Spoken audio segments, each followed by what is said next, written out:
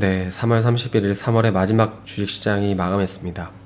오늘 시장을 보면 이제 오늘 밤에 발표되는 부양책을 일단 확인하자는 건지 크게 특징을 보이는 섹터는 없었던 것 같죠.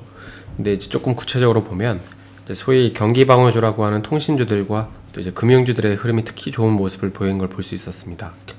아무래도 뭐 부양책 발표 이후에 그리고 또 이제 미국 시장을 보고 판단하려는 아마 심리도 있을 걸로 좀 보이는데요. 조금 더 그래서 좁게 보면 뭐 풍력 섹터 같은 경우에 오전장 같은 경우에는 좋은 흐름을 보였는데 이제 오후에는 일제히 하락을 했죠.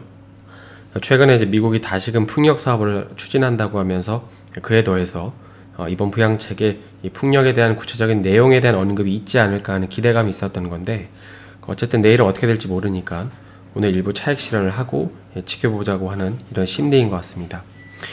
오늘 2,500조짜리 부양책이 나오면 아마 내일부터 이제 엄청난 증권사 이제 리포트들이 쏟아져 나올 텐데 개인적으로 좀 어떤 내용들이 담겨 있을지 기대가 되긴 합니다. 최근에 이제 국내 증시가 이렇게 연초 고점 이후에 박스권을 형성하고 있죠. 그래서 이 시기를 활용해서 이 투자를 하시는, 투자 공부를 하시는 분들이 많이 계시는데요. 그래서 오늘은 뭐 공부 방법을 소개해 드리려고 하는 건 아니고 주식시장을 좀 대하는 데 있어서 보유하고 있으면 좋은 마인드를 좀 공유해 드릴까 합니다. 되게 여러분들도 이제 주식을 하시면서 똑같은 실수를 반복한 적이 많이 있으시죠? 맨날 같은 실수를 반복하고 그래서 돈도 잃고 후회한 적이 많이 있으실 겁니다.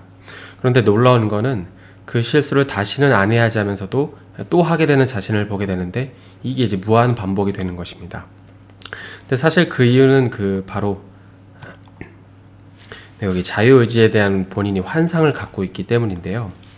그래서 오늘 이제 이 얘기를 좀 하려고 하는데 그 배경으로 지금은 돌아가신 저희 할아버지 군대 시절 얘기를 좀 해드릴까 합니다. 뭐 라떼를 얘기하려는 건 아니고 조금 지루하시더라도 들으시면 이제 결론 부분에서 하게 될 얘기를 좀 공감하실 수 있을 겁니다. 저희 할아버지는 군대를 좀 늦게 다녀오셨는데 근데 이제 군대에 계실 때 이 본인 마스터님 중에 이 30대 초반이라는 늦은 나이에 군대에 오신 분이 있었다고 합니다. 이분을 편의상 A라고 칭하겠습니다. 그리고 이 A라는 분의 윈윗 선임이 이제 20대 초반이었는데 이제 이 선임이 A라는 분을 엄청 괴롭혔다고 하더라고요. 나이 차이가 뭐 한 8, 9살 차이가 나는데도 관물대에 몰아놓고 뭐 뺨 때리고 그랬다고 합니다. 뭐 요즘에 이제 군대에서도 인권이 지켜진다고 하지만은 뭐 7, 80년대는 그런 게 없었죠. 물론 이제 저도 저렇게까지 갈굼을 당하면 뭐 눈 뒤집혀서 같이 싸우고 그냥 영창 가고 말지 했을 텐데 근데 이 A라는 분은 묵묵히 참았다고 합니다. 근데 그게 그냥 이렇게 바보처럼 참는 게 아니라 이 높은 경지에 이른 사람처럼 참았다고 하시더라고요. 할아버지 말씀을 빌리면 이 A라는 분은 진짜 이렇게 현자 같은 느낌이 있었다고 합니다. 그래서 뭐 아무튼 이렇게 평범한 어느 날에도 또 어김없이 이분이 이제 선임한테 뺨을 맞고 또 갈굼을 당하고 있었는데 갑자기 이 A라는 분 얼굴에 미소가 띄어져 있었다고 합니다. 저희 할아버지도 이제 그걸 멀리서 보셨는데 그걸 보면서 직관적으로 드디어 A가 미쳤구나, 미쳐버렸구나 이렇게 생각을 하고 이제 무슨 일이 있겠구나라고 생각을 하신 거죠. 멀리서 눈치를 챌 정도였으니까 바로 앞에서 이제 갈구던 선임은 그걸 안 볼 수가 없었겠죠. 그래서 그 미소를 보자마자 바로 미쳤네, 정신 나갔네, 뭐 웃기냐 하면서 이제 더 패고 갈궜습니다.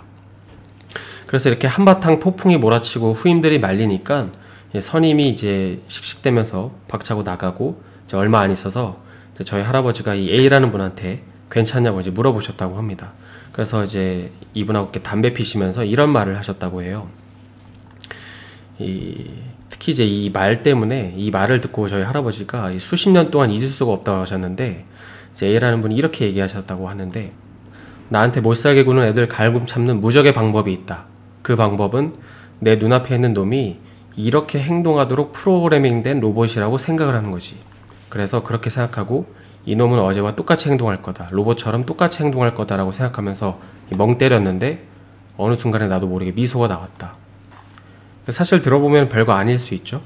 근데 아무튼 이 얘기가 저희 할아버지에게는 20대 초중반의 가장 큰 깨달음이었다고 합니다. 왜 그랬을까요?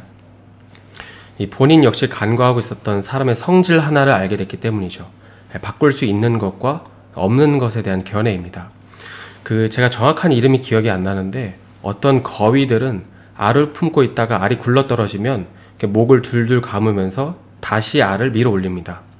그런데 그 행동을 하다가 이렇게 사람이 알을 빼버리면 그 중간에 목을 감는 행위를 중단하는 게 아니라 그 행동을 끝까지 다 한 다음에 또 다음 행동을 한다고 합니다. 그러니까 목을 감는 행동이 거위의 뇌에 프로그래밍 되어 있는 것이죠. 그리고 또 여러분들이 잘 아시는 이 상식 중에 하나가 이 뻐꾸기는 남의 둥지에서 알을 낳는다는 건데, 그래서 여기 나무 위키의 글을 보니까 이 실제로 뻐꾸기 새끼들은 알에서 깨어나자마자 주위의 알들을 밀어 떨어뜨려 버립니다. 그러니까 유전자에 그런 프로그램이 되어 있는 것이죠. 그러니까 사람도 마찬가지죠. 우린 우리에게 자유의지가 있다는 착각을 하지만 누군가가 나를 때리면 반사적으로 울컥해서 화가 나고 또 슬픈 영상을 보면 눈물이 납니다. 내가 아무리 의지를 갖고 그 순간 행동을 후회하고 복귀한들 그렇게 프로그래밍 되어 있기 때문에 높은 확률로 다음번에 또 그렇게 하는 것이죠. 그러니까 취지를 아시겠죠? 저도 그렇고 여러분들도 그렇고 이제 주식 차트를 보든 뉴스를 보면서 매매를 하시잖아요. 그리고 때로는 이제 실수를 합니다. 그런데 그때 하는 실수를 이제 말 그대로 실수라고 치부하고 다음번에는 이제 그렇게 하지 않을 거라고 다짐을 하죠. 하지만 이미 사실 이제 프로그램화 되어 있기 때문에 나중에 비슷한 상황이 또 조성이 되면 또 실수를 하게 될 가능성이 큽니다. 그래서 이렇게 생각을 한번 해보시면 편한데요. 그 요즘은 이렇게 스마트폰으로 RPG 게임을 할 때 오토 기능 버튼이 있잖아요.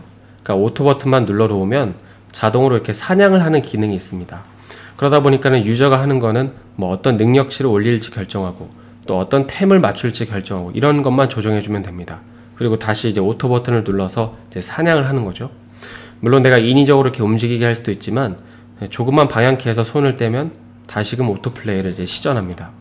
그러니까 마찬가지로 우리도 이제 시장이 개장해서 차트를 보고 매매를 시작하는 순간 우리 자신은 이미 오토 배틀화 되어 있는 거라고 생각하시면 됩니다.